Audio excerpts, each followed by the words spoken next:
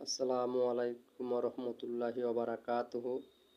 হিন্দু ভাই বোনদের প্রতি আদাব, অন্য অন্য জাতির প্রতি আন্তরিক ধন্যবাদ।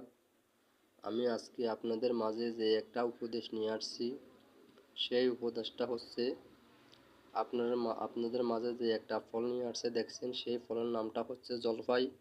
এই জলপাইয়ের মাধ্যমে ভিটামিন সি অনেক থাকে এবং ভিটামিন ডি এবং বিভিন্ন প্রকারের শরীরের জন্য অত্যন্ত উপকারিতা। শরীরের যদি পিত্তথলিতে পাথর হয় তাহলে পাথরকে পানি করে ফেলে। এরপরে আপনার কিডনির মাধ্যমে যদি পাথর হয়, বিভিন্ন অঙ্গে প্রতি অঙ্গে মানুষের যদি পাথরের আশঙ্কা থাকে সেখান থেকে মানুষকে রক্ষা করে এবং মানুষের ক্যান্সারের থেকে এটা অত্যন্ত উপকারিতা। ডায়াবেটিসের থেকে ডায়াবেটিস কোলেস্ট্রল নিয়ন্ত্রণ রাখে। অ্যালার্জির জন্য ভালো, অত্যন্ত বিভিন্ন রোগের জন্য, বিভিন্ন প্রকারের রোগের জন্য অত্যন্ত এই ফলটা ভালো।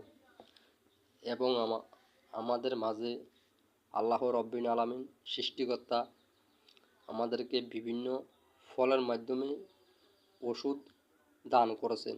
এইটা একটা ওষুধ বলা হয়, যেহেতু এই ফলটা আমাদেরকে বিভিন্ন আপনার অসুখ থেকে আরোগ্য করে, তাহলে আমরা মনে করতে হবে যে এটা একটা মেডিসিন ফল, ভালো একটা ফল। এই ফলটা আমাদেরকে চোখের দৃষ্টিশক্তি বাড়ায়, মানসিক বিভিন্ন প্রকারের মানুষের যে দুশ্চিন্তা আছে, দুশ্চিন্তার থেকে দুশ্চিন্তার জন্য অত্যন্ত কাজ করে, জ্ঞান শক্তির জন্য অত্যন্ত কাজ করে, বিভিন্ন প্রকারের রোগের জন্য কাজ করে। আমি বুঝতে পারছি না আপনাদেরকে। এটা অনেক প্রকারের সমস্যার থেকে, রোগের থেকে মানুষেরকে আরোগ্য করে। এটার মাধ্যমে অত্যন্ত ভিটামিন সি, ভিটামিন ডি এগুলো আছে।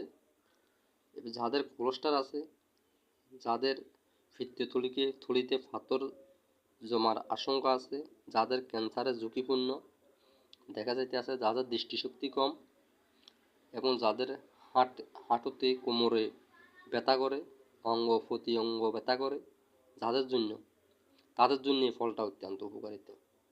দেখতেছে অনেক মানুষের নখের, হাতের পায়ের যে নখ আছে, নখের গোড়ায় ব্যথা করে, আঙ্গুলে